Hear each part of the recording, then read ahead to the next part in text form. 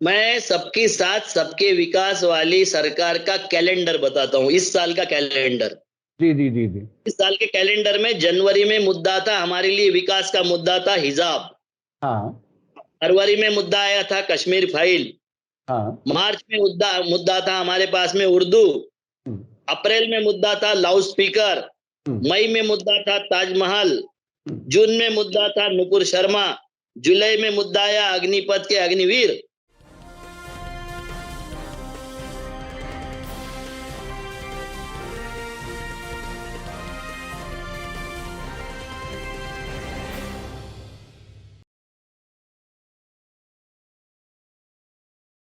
Hello, नमस्कार, आदाब, सत श्री अकाल और अस्सलाम वालेकुम। मैं हूं मोहम्मद अहमद काजमी, लेकर आया हूं आपका पसंदीदा कार्यक्रम आपके रूबरू। आज मंडे है और आज कई अहम इश्यूज पर अविनाश काकड़े जी से बात करनी है। काकड़े जी नागपुर में रहते हैं, गांधीवादी विचारधारा के लिए जाने जाते हैं और अध्यक्ष हैं किसान सेवा संघ के।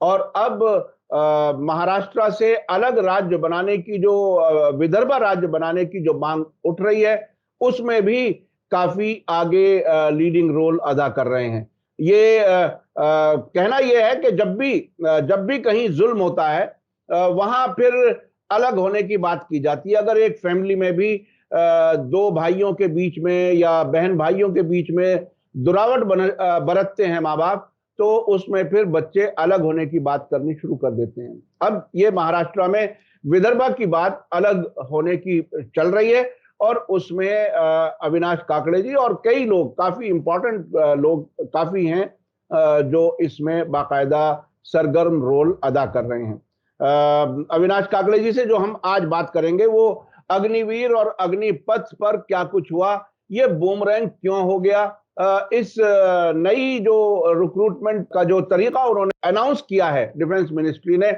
उसमें क्या खामियां हैं, आखिर नाराजगी क्यों है, उस पर हम बात करेंगे। उसके साथ साथ बुलडोजर सेलेक्टिव क्यों हो गया। बुलडोजर एक हफ्ते पहले जावेद के यहाँ प्रयागराज में इसलिए था कि उसका मकान गिरा दिया गया, बहुत अच्छा खूबसूरत मकान, मजबूत मकान उसकी वाइफ के नाम का, वो गिरा दिया गया। लेकिन अब देश भर में जिस तरह से रेलें जलाई जा रही हैं, पब्लिक प्रॉपर्टीज, सरकारी प्रॉपर्टीज को तबाह किया जा रहा है, अब सुर बदला हुआ है। अब ये कहा जा रहा है कि ये कोई और नहीं है, ये हमारे ही बच्चे हैं। तो ये सरकार इस तरह से क्यों कर रही है, इस पे हम बात करेंगे।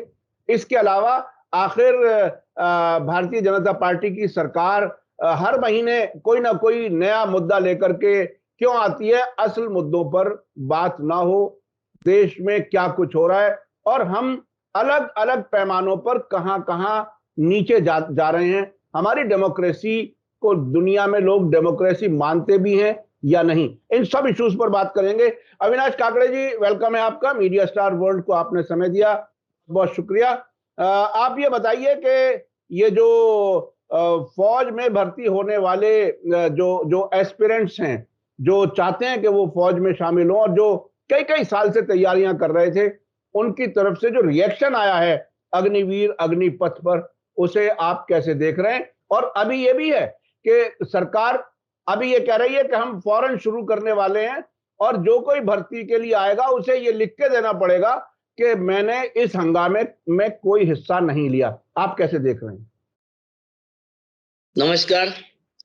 देखो, इसमें देखना क्या है, मैं इतना ही देखता हूँ कि जो अंध भक्त थे, मोदी भक्त थे, हम्म, उनकी थोड़ी आंखें खुलने लग गई है।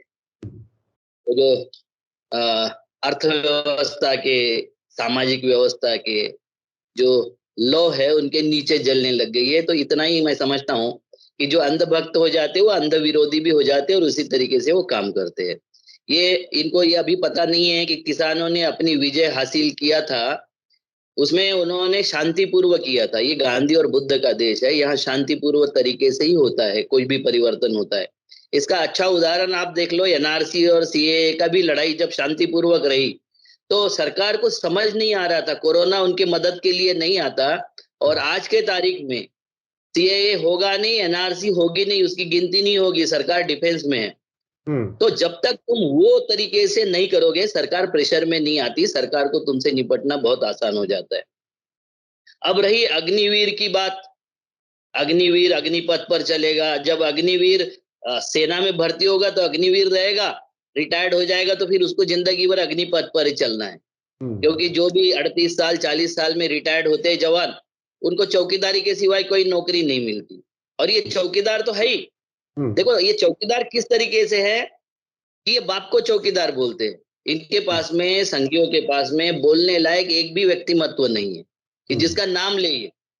कभी ये गांधी का लेते, कभी सुभाष बाबू का लेते, कभी आम्बेडकर का लेते, कभी भगत सिंह का लेते, कभी और किसी का लेते हैं, मगर सरदार पटेल जी का लेते हैं, सुभाष बाबू का लेते हैं, मगर इनके अपने नाम कोई लेते नहीं है। क्योंकि ये बाप को चौकीदार और ससुर को बाप बोलने वाले ऐसे संघी और संघी भक्त है। इनके पास में अपना कुछ नहीं है। इसीलिए हर वक्त ये आप जो बोल रहे थे ना कि हर वक्त क्यों चेंज होते रहते, हर वक्त क्यों परिवर्तन करते रहते इनके बातों में, भैया अगर परिवर्तन नहीं करेंगे तो स्मार्ट सिटी दिखाना पड़ेगा, 2 करोड़ रोजगार दिखाना पड़ेगा, काला धन वापस आए दिखाना पड़ेगा। अभी रिपोर्ट आपने देखा होगा कि काले धन के बारे में ये क्या बोल रहे थे, अब क्या हुआ। नोटबंदी के पहले जो हमारे यहाँ फेक नोट थे, फेक करेंसी थी, वो 30-40% थी, अब तो 110% हो गई। इन्हीं के लोग बोल रहे हैं। इनके अरविंद सुब्रमण्यम नाम का इकोनॉमिस्ट जो इनका सलाहकार था, वो बोल रहा है कि रिजर्व बैंक डूबने वाली है। तो आप अगर ये नहीं करोगे, टिल्ट नहीं करोगे, तो वास्तविक मुद्दों पर लोगों को जवाब देना पड़ेगा, और जवाब इनके पास में नहीं है। इसलिए माफी वीर, फेंकूवीर, भाषणवीर और जुमलेवीर, अपराधी वीर है ये सारे के सारे। इनके पास में कुछ नहीं है। वीरता की गाथा भी इनके पास नहीं है। वीरता की गाथा भी इनको दहेज में लेनी पड़ती है। जैसा मैंने पहले ही बोला कि ये ससुर को बाप बोलते हैं, बाप को बाप नहीं बोलते, क्योंकि बाप इनके लायकियत के नहीं थे। ये अपने बाप का नाम लेके आगे नहीं बढ़ सकते, इसलिए दूसरे के बाप को और होने वाले ससुर को या ससुर को बड़ा करते हैं। देखो आपको बार बार बोलता हूं कि मुसलमान इनके ससुर है, क्योंकि इनकी संगियों की ज्यादातर बेटियां मुसलमानों के घरों में, आपका तो समधियाना रिश्ता है उनसे। तो इसलिए ये समधियाना रिश्ता के बारे में देखो कितना चमत्कारी है। मैंने ये देखा हूं मेरी संस्कृति में, मेरे परिवार में या मेरे पूरे देश में, कि माँ का जन्मदिन परिवार के साथ मनाया जाता है। तो माँ का जन्मदिन का भी मातृभक्ति का व्यापार करते हैं। अकेले ही माँ के चरण धोए, क्या किया, और सब टेलीविजन के सामने ऑन स्क्रीन कैमरे के सामने हम करते हैं।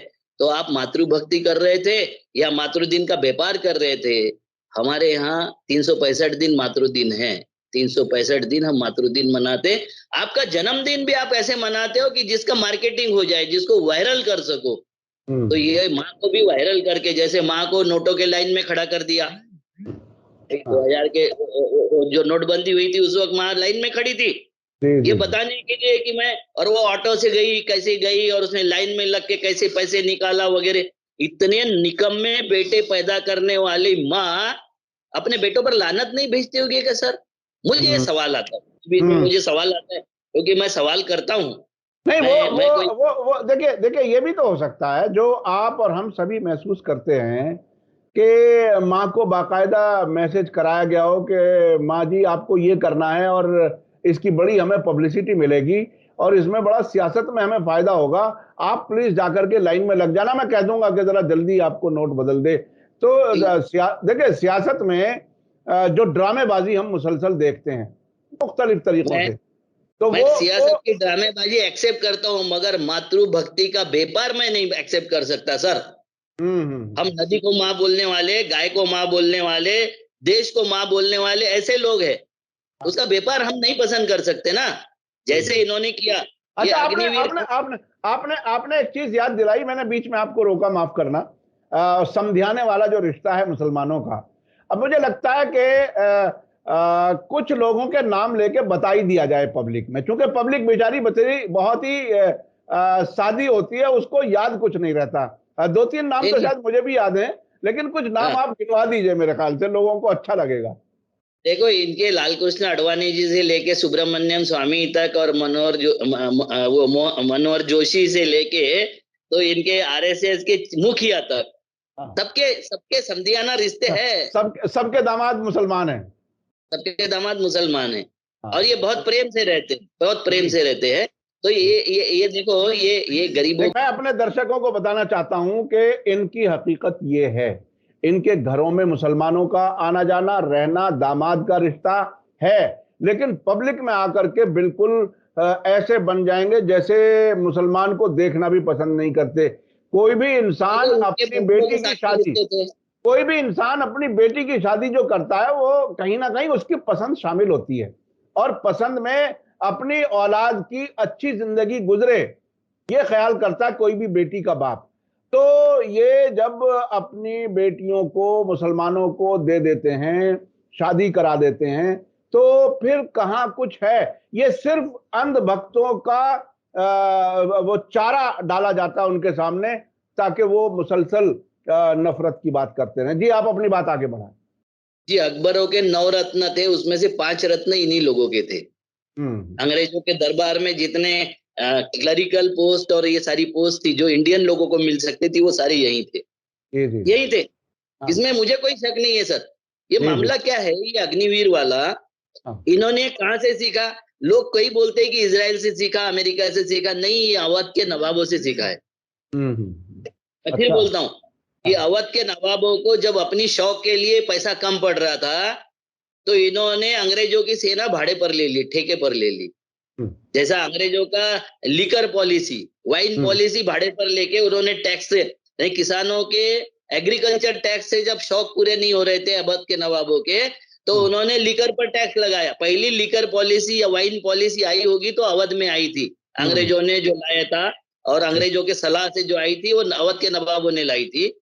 वैसे अवध के नवाबों ने ये जो आउटसोर्स करने का है, सेना को आउटसोर्स करने का जो काम है, हमारे देश में अवध के नवाबों ने किया। आप ये मत सोचो समधियाना रिश्ता वहां तक नहीं है, जी जी। समधियाना रिश्ता यहाँ तक है कि फॉलो हम कैसे करते हैं उनको। तो अब हम क्या करेंगे कि हम गरीब देशों से सोल्जर ये लाएंगे भाड़े पर, जैसे नेपाल है, कंबोडिया है, अन्य जो अफ्रीकन गरीब देश है, जो हमारी हमारी करेंसी से नीचे करेंसी है, क्योंकि अभी तो करेंसी हमारी बहुत नीचे चली गई। जी तो जी। हमारे करेंसी से जो नीचे वाले जो देश है, उनको हम बोलेंगे कि आप आपकी सोल्जर तैयार कीजिए, और हमको जब लड़ने की जरूरत होगी तो उनको लाएंगे, और उनके माध्यम से हम हमारी जंग लड़ेंगे। और ये सब करने का क्या है, क्योंकि हमारे पास में विकास का पैसा बचना चाहिए। विकास किसका? हम दो और हमारे दो का विकास, तीसरे का तो करना नहीं है। जी तो जी। विकास के लिए पैसा बचना चाहिए, इसलिए हम सैनिकों के जगह पर हथियार खरीदेंगे। विकास किसका करेंगे? हथियार कंपनियों का करेंगे, क्योंकि सैनिकों को पैसा दिया तो वो समाज में आता है। भाई सैनिकों को अगर 50,000 मिलता है, पेमेंट मिलता है, तो पेमेंट में से वो कितना खर्चा समाज में करता है? यही करता है। कभी हाँ। अनाज खरीदेगा, कभी चप्पल खरीदेगा, कभी जूते खरीदेगा, जौन उपयोगी ये खर्चे वो करेगा। वो नहीं देना है, क्योंकि सारा पैसा कैसे हम शुक्राचार्य बन के रोका जाए, कॉमन आदमी के पास जाने वाला पैसा हम कैसे रोक सकते हैं, कैसे रोका जाए, इसके लिए नई नई शक्लें और नए नए सिगों पे छोड़ने का धंधा इनका है। क्योंकि ये मास्टरमाइंड जो है इनके, ये चाहते हैं कि इस देश में 95% जनता हैंड टू माउथ हो जाए, उसमें सब है, हिंदू है, मुसलमान है, ईसाई है, सिख है। किसी के हाथ में ये पैसा रखना नहीं चाहते, किसी के हाथ में क्रय शक्ति नहीं रखना चाहते। वो गांधी गांधी जो बोलते थे कि देश की क्रय शक्ति बढ़ना, अंतिम आदमी की क्रय शक्ति बढ़ना मतलब विकास। बाबा Saheb Ambedkar problems of rupees में ये बोलते थे कि जब तक इकोनॉमिकली स्वतंत्रता नहीं आएगी, राजनीतिक स्वतंत्रता सफल नहीं हो सकती, तो हम उसके विरोध में ही काम करेंगे। नाम तो आम्बेडकर का लेंगे, नाम गांधी का लेंगे, मगर काम उनके बिल्कुल विरोध में करेंगे। ये हमारा धंधा है सर, पहले से हमारा ये धंधा रहा। आपने देखा होगा कि ये धंधे को आगे बढ़ाते हुए हम जूते भी खा रहे और पैज भी खा रहे। आप बोलोगे कैसे खा रहे जूते और पैज? तो जब से मोदी सरकार आई है 2014 से शुरू हो गई है नौटंकी, पूरी तरीके से नौटंकी शुरू हुई। क्योंकि 14 से आने के बाद 15 में धार्मिक स्वतंत्रता के मामले में US commission on international religious freedom, इस पर जो रिपोर्ट आई थी उसमें उन्होंने बोला था कि आरएसएस और वीएचपी ये जबरिया धर्म परिवर्तन करने की बात करती है, डिस्पैरिटी फैलाती है। तो इनके नजर में वो विदेश मंत्रालय ने तत्काल कहा कि हमारी नजर में यूएससीआर का एफ का जो ये जो रिपोर्ट आया है ये भारतीय संविधान और भारतीय समाज को नहीं जानता। बिल्कुल सही बात है। भारतीय समाज को वो नहीं जानते होंगे, मगर ये बहुत ढंग से जानते हैं। ये इतने ढंग से जानते हैं भारतीय समाज को कि भारतीय समाज को बांटा कैसे जाता है, भारतीय समाज को भटकाया कैसे जाता है, भारतीय समाज को शोषण कैसे किया जाता है, इनका पूरा मैकेनिज्म इनके पास में तैयार है और उसी लिए ये काम करते हैं। दूसरी बात आई थी, एक रिपोर्ट आई थी इन्वायरमेंट परफॉर्मेंस इंडेक्स की, तो भारत अंतिम पायदान पर है, 180वें पायदान पर है। हम क्या हो रहे हैं कि आंख मूंद के फारिग हो रहे, हम ऐसे बैठे हुए हैं आंख मूंद के मछली पकड़ने के लिए, और ये मछलियां कहाँ की है? इसी देश की है। बाहर की मछली पकड़ने का हमारे पास तो ना तो हुनर है ना हमारी औकात है। तो हम ये बैठे हैं कि वो 180वें पायदान पर आ गया और पर्यावरण मंत्रालय बोलता है कि असंवैधानिक तरीके से, अवैधानिक तरीके से ये सूची बनाई है, ये स्वागत योग्य नहीं है। WHO की रिपोर्ट बोलती है, तीसरा देख लो, WHO की रिपोर्ट बोलती है कि भारत में 33 से 65 लाख लोग मर गए। ये बोलते हैं कि 5,24,000 ही लोग मरे हैं 2022 मई तक, उससे ज्यादा लोग नहीं मरे। ये नहीं बताते कि हमारे यहाँ वैक्सीनेशन के बाद में सबसे ज्यादा मौतें हुई है, हम नहीं बताने को तैयार है। हम वैक्सीनेशन की जबरदस्ती कर रहे हैं। कल एक कार्यक्रम में गया था, उस कार्यक्रम में करीबन 20-25 बच्चों के फोटो थे जिनकी उम्र 23 साल से कम थी और उनके पास में डॉक्टर के सर्टिफिकेट है कि वैक्सीनेशन के कारण इनकी मौत हुई। आपका बच्चा सुरक्षित नहीं है, आप सुरक्षित नहीं हो, आपकी इकोनॉमी सुरक्षित नहीं है। पेरिस एंड लैब की इनइक्वालिटी रिपोर्ट ये कहती है कि हमारे देश में और गरीब और अमीर में बहुत बड़ी असमानता आ चुकी है। ये गैर बराबरी वाला देश हो गया। आधी आबादी हमारे यहाँ 4,500 रुपए महीने पर गुजर बसर कर रही है और 10% आबादी के हाथ में 11,65,610 रुपए का माने इनकम उनके हाथ में पहुंच रहा है। मैं उससे ज्यादा आगे बढ़ के बोलता हूं कि 67 परिवारों के हाथ में हमारे देश की 70% संपदा पहुंच चुकी है और ये हमारे मोदी साहब के बहुत अच्छे निर्णय का नतीजा है। 2004 में भारत पर कर्जा था 4 लाख करोड़।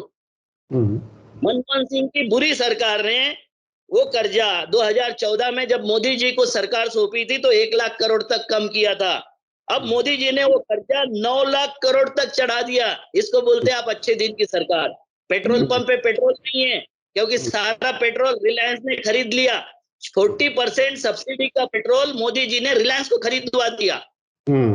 और हमारे पास आईपीबीपी ये जो है इंडियन ऑयल, किसी के पास में पेट्रोल नहीं है। सैकड़ों पेट्रोल पंप पर रेशनिंग शुरू हो गया है, यानी उनको पेट्रोल नहीं दिया जा रहा है। ये किसी यंत्रणा के तहत नहीं दिया जा रहा है। अंबानी को जितना प्रॉफिट होना था, मतलब 40% वो भी प्रॉफिट, उसके बाद में जो बाकी आने वाला प्रॉफिट, उसके जो क्लीनिंग चार्ज है और उसको क्रूड ऑयल को पेट्रोल और डीजल में कन्वर्ट करने का, वो भी सब अंबानी को मिलेगा। और हमको मिल गया तो बैन मिलेगा, वर्ल्ड का बैन मिलेगा। तो नुकसान देश का होगा, फायदा हम दो और हमारे दो का होगा। ये हमारी पॉलिसी है और इस पॉलिसी के अंतर्गत निर्मला सीतारमन राज्यसभा में बोलती है कि वर्ल्ड इनइक्वालिटी रिपोर्ट जो है वो खामियों से भरी है।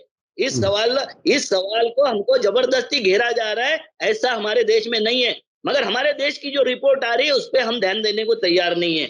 यहाँ दूसरी एक रिपोर्ट है, रिपोर्ट विदाउट बॉर्डर्स के बारे में, तो जिसमें भारत को 150वें पायदान पर हमारी जो ये है रिपोर्टर्स की जो प्रेस के फ्रीडम है उसको 150वें पायदान पर है। हमसे ऊपर कौन है? तो नेपाल है 76वें पायदान पर, पाकिस्तान 145वें पायदान पर, श्रीलंका 127वें पायदान पर, म्यांमार 140वें पायदान पर है। और हमारे गृह राज्य मंत्री नित्यानंद राय जी बोलते हैं कि ये रेटिंग ही गलत है, इसका कोई विश्वसनीयता नहीं है, इसके बारे में हम कुछ इस पे विश्वास नहीं रख सकते। अच्छा काकड़े जी मैं आपको बीच में रोक करके एक पूछूंगा। आपने कई रिपोर्टों का जिक्र किया जिसमें हमारी डेमोक्रेसी, हमारा मीडिया, हमारा एनवायरनमेंट, हम हर तरह से गिरावट की तरफ जा रहे हैं, नीचे की तरफ जा रहे हैं। और आपने बताया कि पेट्रोल डीजल जो है वो हमारे एक शब्द पर चर्चा हो रही थी कि डिटोरिएशन, हाँ, ये हर जगह गिरावट की हद पार कर रहे हैं हम। जी नहीं, मैं इसमें सवाल जो आपसे करना चाहता हूं वो ये कि आखिर जैसे आपने बताया कि रिलायंस को सारा फायदा पहुंचा दिया, तो क्या ये सरकार किसके लिए काम कर रही है? मतलब बुनियादी बात यह है कि क्या ये दो लोग अगर बड़े हो जाएंगे, इन दो लोगों के पास सारा पैसा चला जाएगा, आखिर फ्यूचर की प्लानिंग क्या है? देश को कहां ले जाना चाहते हैं? किसके कहने पर यह सब कुछ हो रहा है? बुनियादी बात बिल्कुल ऐसा ऐसा लगता है कहीं कहीं तो, कि जिसे वो बंबई की जबान में कहते हैं ना कि वो ले लिया है, सुपारी ले ली है किसी की। तो हाँ। क्या ये सुपारी किसने दे दी? क्या हो गया ये? इस तरह से गिरावट हर सतह पर हो, ये तो आम हालात में नहीं होता। कभी हो सकता है कि एक पहले हुआ करता था कि इकोनॉमी गिरी, सब मौसम खराब था, मानसून अच्छा नहीं आया, पैदावार अच्छी नहीं हुई, वो चीजें लगती थी कि हाँ सब सरकार के हाथ में नहीं है। लेकिन अब ये आखिर किस वजह, किसके लिए सब कुछ किया जा रहा है? हम दो और हमारे दो के लिए, उद्योगपतियों के हाथ में सत्ता देने के लिए, क्योंकि हमारी जो डेमोक्रेसी थी, हमारा जो लोकतंत्र था, वो अभी स्वीडन की वीडेन बोल रही इंस्टीट्यूट की इलेक्टेड ऑटोक्रेसी हो गई है। ऑटोक्रेसी है, डेमोक्रेसी नहीं बची है। डेमोक्रेसी में आप जो बात कर रहे थे कि किसके लिए कर रहे हैं, ऑटोक्रेसी में जो मालिक होता है उसके लिए किया जाता है सर। और ये मालिक कितने लोग हैं? 57 परिवार हमारे देश के मालिक हो गए। हमारी डेमोक्रेसी के मालिक ऑटोक्रेसी में इन्होंने कर दिया। कि हमारी लोकतांत्रिक छवि कितनी गिर सकती है देख लीजिए कि 2014-13 में हमारा जो इंडेक्स था 0.57 पे हम खड़े थे, अभी 0.34 पर हम पहुंच गए। इतनी तेजी से और इतनी बड़ी गिरावट हुई है, 57 से 34 पर हम पहुंच गए। 10 पर है ये मैंने मेजरमेंट, इस पे पहुंच गए। 2021 का फ्रीडम हाउस का ये बोलता है कि नागरिक आजादी और राजनीतिक आजादी में हम फिसड्डी हो गए, सिफर हो गए। तो ये जो लोकतंत्र है, ये आंशिक लोकतंत्र बचा है, आजाद लोकतंत्र नहीं रहा है। तो ऐसे आजाद और आंशिक लोकतंत्र में आप ये सवाल ही नहीं कर सकते कि किसके लिए काम हो रहा है। ये खाली जो चंद लोग बेनिफिशियरी है, जो आरएसएस के लोग हैं, जो बीजेपी के लोग हैं और जो इनके उद्योगपति है। देखो, जो लड्डुओं का चूरा है वो बाकी लोगों को मिलेगा, और लड्डू ये नहीं लोगों को मिलने वाले हैं। ये जितना कुछ किया जा रहा है वो लड्डू हमारे नियंत्रण में है, इसीलिए किया जा रहा है, दूसरा कोई उद्देश्य नहीं है। और फिर वो क्या करेंगे? तो वो इन्वेस्टमेंट करेंगे यूरोप में, वो इन्वेस्टमेंट करेंगे लंदन में। आपने देखा, अभी सुना होगा कि अंबानी ने इन्वेस्टमेंट कर दिया लंदन में, बहुत बड़ा इन्वेस्टमेंट, बहुत बड़ी चीजें खरीद लिया। तो भैया हमारी चीजें कौन खरीदेगा? हमारे उद्योगपति खरीदेंगे। जैसे ऑस्ट्रेलिया में खदान कौन खरीदेगा? तो अडानी खरीदेगा। उसके लिए पैसा कौन देगा? भारत सरकार की सारी बैंकें उसको पैसा देगी। और उसको व्याप कौन करेगा? तो हम करेंगे। हमारे यहाँ की जो कंपनी है वीडियोकॉन, किस औने पौने दाम में चली गई सर। हमारे यहाँ की कितनी कंपनियां औने पौने दामों में चली गई। इंडियन एयरलाइंस हो, एयर इंडिया, किसको दिया? आप पूछ रहे बेनिफिशियरी कौन है, तो रामदेव बाबा बेनिफिशियरी है, तो अडानी बेनिफिशियरी है, अंबानी बेनिफिशियरी है, मोदी जी का परिवार बेनिफिशियरी है। ये जो पार्टी विद डिफरेंस बोलती थी, मैं उनसे पूछना चाहता हूं, उन्हीं के लोगों से पूछना चाहता हूं कि सरकार भाजपा की है कि मोदी की है? किसकी सरकार चल रही है? और ये अगर मोदी की सरकार है तो आप क्या मुंह दिखाओगे जब मोदी हार जाएंगे? जी जी। मैं अपने दर्शकों, मैं बीच में दर्शकों को एक बात याद दिला दूं कि एयर इंडिया जितने पैसे की बेची है, वो उस कीमत में बंबई में जो उसका हेडक्वार्टर है, बिल्डिंग सिर्फ इमारत, उसकी भी कीमत पूरी नहीं है। पूरे मुल्क में हवाई जहाज जो जितने उड़ रहे हैं, दुनिया भर में उड़ रहे हैं, 18,000 करोड़ की एयरलाइंस बेचा है। मुंबई की इमारत की कीमत है, बिल्डिंग की कीमत 55,000 करोड़ रुपया। बताइए बताइए, यानी एक इमारत की कीमत भी नहीं ली गई। आखिर अपने लोगों का पेट भरने का काम, पूरे देश को तबाह करने का। देखिए, हमारे वो जहाज अमेरिका तक और पूरी दुनिया में घूमते हैं। हवाई जहाज खुद अपने आप में, हवाई जहाज करोड़ों की कीमत का होता है। उसके अलावा हर एयरपोर्ट पर प्रॉपर्टियां हैं, पूरे देश में प्रॉपर्टियां हैं। वो जिसे ना कौड़ियों के दाम भी नहीं कह सकते, वो तो बिल्कुल फ्री में फेंकने वाली एक चीज हो गई। तो इस तरह से जब चीजें जाएंगी, आपका ध्यान हटाना है कि 2004 में भारत पर कर्जा था 4 लाख करोड़ का। मनमोहन सिंह जी ने, जिनको कुछ नहीं समझता था, वो पपेट थे, वो रिमोट कंट्रोल से चलते थे, उन्होंने वो कर्जा 4 लाख से घटाकर 1 लाख करोड़ पर लाया। और ये विकास वाली, विजन वाली, 56 इंची वाली, हौसले वाली, आंख से आंख मिलाने वाली सरकार ने वो कर्जा 9 लाख करोड़ पहुंचा दिया। अब कुछ नहीं है हमारे पास। अरे साहब, मैं देखिए, मैं अभी बिल्कुल ताजी बात कर रहा हूं। अभी कल नई दिल्ली में एक टनल का उद्घाटन करने के लिए प्रधानमंत्री जी गए थे। वो वीडियो मैं समझता हूं हमारे सभी लोगों ने देखी होगी। अगर नहीं देखी हो तो जरा देखिए, बॉडी लैंग्वेज देखिए, बिल्कुल ऐसा कॉन्फिडेंस दिखाने की कोशिश कि मैं सबसे पॉपुलर लीडर हूं, सब मुझे बड़ा प्यार करते हैं। एक जगह झुक करके एक कागज उठाया, एक जगह झुक करके खाली बोतल उठाई, और वो वीडियो बाकायदा वायरल कराई गई जानबूझ करके।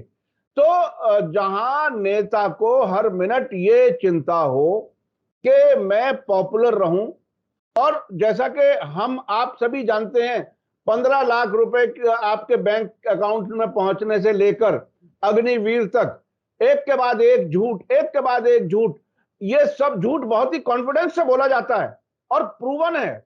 इसके बावजूद अपने आप को यह जाहिर करना कि वो बहुत ही पॉपुलर लीडर हैं, ये समझ में आने वाली बात। जी, आप कुछ कहना चाहते हैं?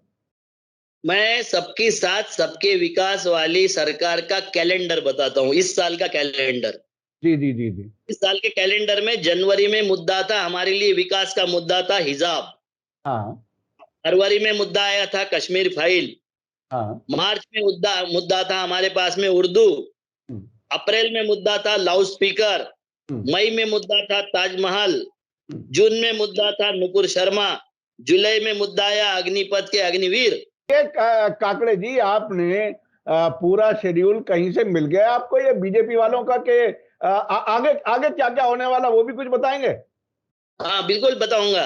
हाँ इसके बाद में जो आने वाला, अग्निवीर के बाद में आने वाला जो मुद्दा है, आपने देखा होगा कि बुलडोजर सिलेक्टेड लोगों पर चलता है। हाँ हाँ बिल्कुल, है ना, सिलेक्टर लोगों पर चलता है बुलडोजर। जैसे मोहम्मद पैगंबर साहब के विरोध में जिन्होंने डेमो किए, मैं उनका विरोध कर चुका हूं कि इस तरीके से डेमो नहीं करना चाहिए। आपको अकल होश की दवा लेनी चाहिए। मगर क्या अग्निवीरों के घरों पर भी बुलडोजर चलेगा? अरे उसके लिए तो एक पुलिस ऑफिसर ने बनारस में कह दिया, ये अपने मोदी जी की कॉन्स्टिट्यूएंसी है, कि सब ये कोई गैर नहीं है, ये अपने ही बच्चे हैं। और वो ट्रेन्स में कितनी आग लग रही है और स्टेशनों पर तोड़फोड़ हो रही है और कहां कहां नहीं हो रही, उसके बावजूद ये कहते हैं ये तो अपने ही बच्चे हैं। तो वो फिर वो अभी क्या होने वाला है, हम तो डिमांड करते हैं सर कि सांसद वीर और विधायक वीर भी सिलेक्ट किया जाए, दो साल के लिए। सांसद वीर भी हो, विधायक वीर भी हो, और ये वीर में से फिर 25% लोगों को सिलेक्ट करके हमारी डेमोक्रेसी का उनके पास में ये दिया जाए, उनको कर्णधार बनाया जाए। वो दूसरे लोगों को पॉलिटिक्स सिखाएं, फिर वो स्कूल खोल ले। हाँ जरूरी है, जरूरी है। और ये सांसद वीर और भाषण वीर हो गए, बाद में पूरी जिंदगी के लिए अग्निपथ पर चले। जैसे आरएसएस के जो कैडर होता है वो जैसे अग्निपथ पर चलता है सर, मैं उनका सम्मान करता हूं कि 5,000 रुपए में चाहे नफरत फैलाते होंगे, मगर वो काम करते हैं, अपने लिए कमिटेड होते हैं। ये जो उसके कैडर में से निकल के कभी बोलता है मैंने झोला लेके हिमालय की यात्रा किया, कभी बोलता है कि मैंने तपस्या किया, कभी बोलता है मैंने ये किया, उनका एक भी गुण तो ले लेते मोदी जी, एक गुण। लेकिन अब तो क्या नहीं, सादगी का गुण ले लेते हैं। काकड़े जी, अब तो ये कहते हैं कि वो लोग भी बहुत ही लग्जरी लाइफ जी रहे हैं। आरएसएस के लोग भी 5 स्टार होटलों में रहते हैं। अब ऐसा नहीं है वो 5,000 रुपए में काम कर रहे हो। अब तो उनके बहुत सारे लोग हैं उसमें 5,000 जो सत्ता के करीब चले गए, उनकी बात छोड़िए, बाकी लोग 5,000 रुपए में ही काम करते हैं आज भी। तो चाहे दिखाने के लिए भी क्यों ना हो, मगर वो करते हैं। देखो आपको एक बात बताता हूँ, ये देश में विक्रमादित्य की पूजा नहीं होती, राम की पूजा होती है। विक्रमादित्य के उससे राम से बेटर राजा थे, बेहतर राजा थे, प्रजा के लिए कुछ भी कच गुजरने की बात थी, मगर उन्हें सिंहासन नहीं छोड़ा था। राम ने सिंहासन छोड़ा, तो राम को हम भगवान मान के उनकी पूजा करती है। दो राजाओं की तुलना अगर करनी है तो इनको ये समझ में आ गया है कि हमको अगर सादगी नहीं दिखाएंगे तो समाज रिजेक्ट कर देगा। मगर मोदी जी जो कहते थे कि मैंने कपड़ा बचाने के लिए और समय बचाने के लिए मेरी अस्थि ने छोटी कर दी, आधी कर दी, मैंने अपने हाथ से काट दिया, वो मोदी जी अब क्या कर रहे हैं, हर मीटिंग में डिजाइनर ये पहनते हैं, हर मीटिंग में मैं नहीं देखा 8 साल में कभी उनका कोई कपड़ा रिपीट हुआ होगा, कोई जैकेट रिपीट हुआ होगा, कोई मफलर रिपीट हुआ होगा। ये कुछ बहुत नहीं बड़ी हुआ। बात। हाँ हाँ, तो ये मामला बहुत गजब का है और इसमें सोचने की बात है। अभी हमारे यहाँ आए थे मोदी जी, जी। मैं उसी पे आना चाहता था। टाइम हमारे पास कम रह गया। बहुत ही ब्रीफ में आप बताइए कि अभी जो मोदी जी गुजरात आए थे मंदिर का एक उद्घाटन करने के लिए, वो क्या कुछ था? गुजरात नहीं, महाराष्ट्र में, महाराष्ट्र में आए थे। जी जी। महाराष्ट्र के देहू में आए थे, हाँ। जहां तुकाराम महाराज ने उनके जो ग्रंथ थे, तुकाराम गाथा, जो रिनाउंड ग्रंथ है, वो रिनाउंड ग्रंथों को जिन्होंने नदी में डुबो दिया था, उनका नाम था सालो मालो, रामेश्वर भट्ट और मंबाजी। तो ये जो है वो इनका प्रतिनिधित्व करते हैं। और वहां आके उन्होंने बोला कि जो माफी वीर सावरकर जी है, वो बजाते थे, हथकड़ियां बजा के तुकाराम महाराज के भजन बोलते थे। मुझे ये दिखा दे कोई कि उन्होंने, सावरकर जी ने कभी तुकाराम महाराज का नाम भी लिया होगा, उनके किसी किताब में एक लाइन लिखी होगी, उनके किसी भी भारतीय जो जो उन्होंने लिखा है, कविता, कहानियां, किताबें, उसमें कहीं भी तुकाराम महाराज का उल्लेख होगा, ये बता दीजिए। और ये करने की नौबत क्यों आती है? क्योंकि हमारा बाप चौकीदार है, इसलिए ससुर को हम बाप बनाने पे तुले हुए हैं। यानी धर्म के मामले में भी मुसलसल झूठ बोला जा रहा है। ये बात, नतीजा ये निकला, धर्म के मामले में भी, मंदिरों के मामले में भी मुसलसल झूठ बोला जा रहा है। तो जो पता नहीं है, ज्ञान वापी के बारे में झूठ बोला, ताजमहल के बारे में झूठ बोला, पता नहीं है आपको? नहीं, आपने तो एक नाम भी दिया हुआ है उनको, आपने तो एक नाम भी दिया हुआ है शायद देश में।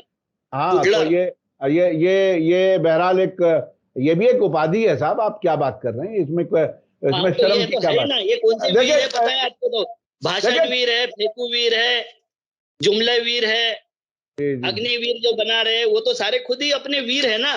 वीरों की पूरी फौज है उनके पास में। बहुत बहुत शुक्रिया अविनाश काकड़े जी। आपसे जब भी बात करते हैं, कुछ ना कुछ बहुत सी चीजें हमारे सामने, दर्शकों के सामने बहुत ही अहम और बेबाक अंदाज में आती हैं। आपने अग्निवीर और अग्निपथ के बारे में बहुत ही डिटेल से बताया, उसकी वजह भी बताई कि आखिर क्या हुआ, और अंध भक्तों की अब आंखें खुल रही हैं, ये भी आपने बताया। इसके अलावा ये भी बताया कि आरएसएस के और बीजेपी के बड़े लोगों के दामाद मुसलमान हैं, उनके भी कुछ नाम बता दिए, क्योंकि आम तौर पर लोगों को मालूम नहीं है। ये बातें मालूम होनी चाहिए, पब्लिक में जानी चाहिए। मैं तो हमेशा कोशिश ये करता हूं कि जो कुछ हमने अपनी जिंदगी में सीखा है, पत्रकार के तौर पर भी, एक मुल्क के शहरी के तौर पर भी, वो सब हम लोगों को बताएं, ताकि नई नस्लों को पता चले कि आखिर हकीकत क्या है। और सोशल मीडिया के जरिए जो पत्रकारिता है, मैं समझता हूं ये भी बहुत जिम्मेदारी से करने की जरूरत है, और मीडिया स्टार वर्ल्ड ये काम बहुत ही जिम्मेदारी से कर रहा है। किसी भी नेशनल चैनल या किसी भी नेशनल अखबार के मुकाबले हम काफी जिम्मेदारी से रिसर्च करके आप तक बहुत सी खबरें और अच्छे जानकार लोगों को हम आपके सामने पेश करते हैं। और एक दो बार ऐसा हुआ मीडिया स्टार वर्ल्ड में कि कुछ एक दो लोग कुछ ज्यादा एक्स्ट्रा गैर जरूरी बोलने वाले इत्तेफाक से हमने इंटरव्यू किया, उसके बाद हमने उन्हें कतई रिपीट नहीं किया। इसी तरह से हम खबरों में भी कोई अगर एक छोटी सी रिपोर्ट बनाना चाहता हूँ और बाकी ये करता हूँ। जी कि हमारे यहाँ एक रिपोर्ट आई है जिसमें कहा गया है कि हमारे यहाँ टोबैको खाने वाले, बीड़ी, गुटखा, पान, तंबाकू खाने वाले 29% लोगों को कैंसर हो रहा है। 29%। बचे हुए जो 71% लोग हैं, उसको हमारे जहरीले अनाज की वजह से कैंसर हो रहा है। इस पे बहुत ध्यान देने की जरूरत है। सब सुखपूर्वक रहे, निरोगी रहे और इस देश के नींव को मजबूत करे, इस देश को आगे बढ़ाए। देखो, ये मोदी सरकार, ये बाकी सरकार तो आती जाती रहेगी, सरकारें कोई परमानेंट नहीं होती है, मगर हम परमानेंट है, इस देश के नागरिक परमानेंट है। तो हमारे बच्चों को बचाए, हम कोरोना से जो बचाने के लिए उनको जबरदस्ती टीके लगाए, उससे अभी कैसे बचाए उसको के बारे में आपको देखना पड़ेगा। प्यूरिफाइड कैसे करें, मगर ये भी अनाज के तरफ भी ध्यान देने की जरूरत है। बेशक बेशक। बहुत बहुत शुक्रिया अविनाश काकड़े जी। आखिर में भी अविनाश काकड़े जी ने बहुत ही अहम बात की। इसमें मशवरा भी है, नसीहत भी है, आंखें खोलने वाली बात भी है। इसी के साथ मुझे दीजिए इजाजत। धन्यवाद, शुक्रिया। जय भारत, जय हिंद। मीडिया स्टार वर्ल्ड के और वीडियो देखने के लिए हमारे चैनल को सब्सक्राइब करें और सीधे नोटिफिकेशन पाने के लिए बेल आइकन दबाएं। और अगर हमारी खबर सच्ची और अच्छी लगे तो अपने व्हाट्सएप, इंस्टाग्राम, फेसबुक और ट्विटर अकाउंट पर जरूर शेयर करें।